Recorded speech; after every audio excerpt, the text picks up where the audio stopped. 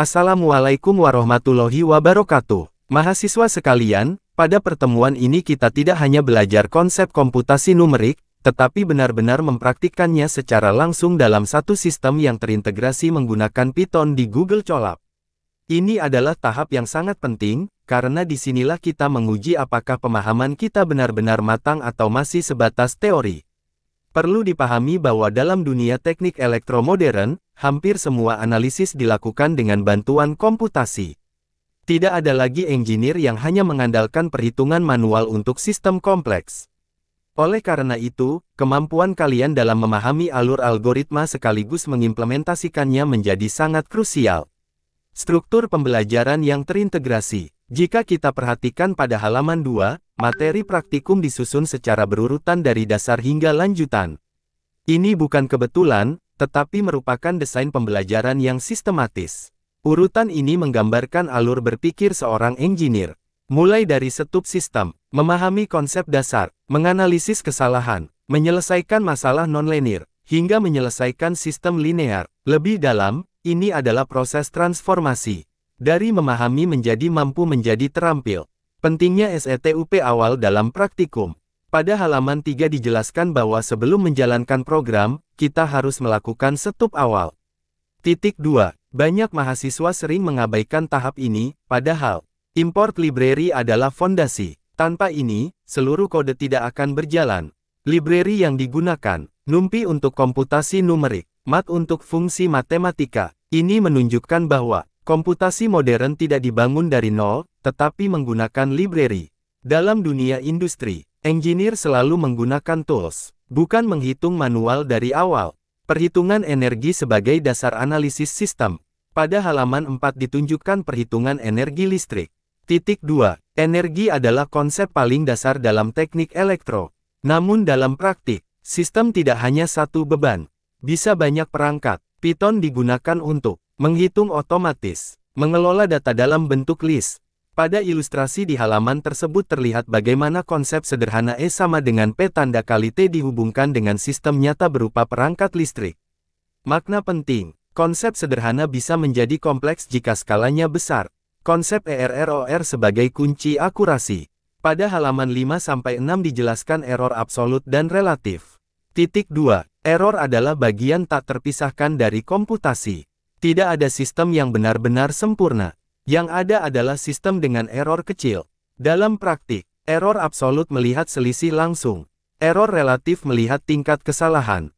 Pada contoh, nilai error relatif 4% terlihat kecil, tetapi apakah 4% bisa diterima? Jawabannya tergantung aplikasi. Dalam sistem medis tidak boleh. Dalam sistem monitoring mungkin masih aman. ERROR pembulatan dan dampaknya dalam iterasi. Pada halaman 7 ditunjukkan error pembulatan menggunakan Py. Titik 2. Error kecil seperti 0,0016 terlihat tidak signifikan. Namun dalam iterasi ribuan kali, error bisa membesar. Ini sangat penting dalam simulasi numerik, sistem iteratif, machine learning. Mahasiswa harus memahami bahwa komputer tidak pernah benar-benar presisi sempurna. Metode BISECTION sebagai pendekatan stabil. Pada halaman 8-9 terlihat diagram dan implementasi metode bisection. Titik 2. Diagram pada halaman 8 menunjukkan grafik fungsi dan interval A, B, yang dipotong terus-menerus. Ini memberikan pemahaman visual. Kita menjepit akar. Dalam implementasi, dilakukan pengecekan tanda. Interval dipersempit. Keunggulan, selalu konvergen. Sangat stabil, namun lambat. Ini cocok untuk sistem yang membutuhkan keandalan tinggi. Newton RAPHSON, metode cepat dan efisien. Pada halaman 10-11 dijelaskan Newton-Raphson. Titik 2. Metode ini menggunakan konsep garis singgung. Pada ilustrasi, setiap iterasi mendekati akar dengan lebih cepat.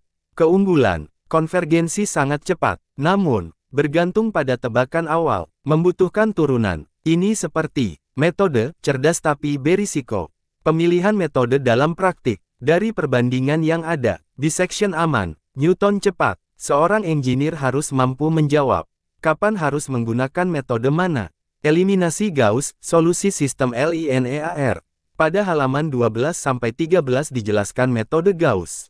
Titik 2. Diagram pada halaman 12 menunjukkan transformasi matriks menjadi segitiga atas.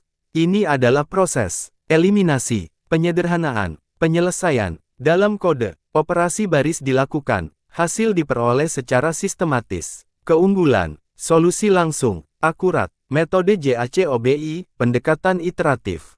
Pada halaman 14 dijelaskan metode Jacobi. Titik 2. Metode ini bekerja secara bertahap. Mulai dari tebakan awal, diperbaiki setiap iterasi. Pada ilustrasi, nilai mendekati solusi 1,1. Keunggulan, cocok untuk sistem besar, dapat diparalelkan. Perbandingan metode sebagai dasar analisis.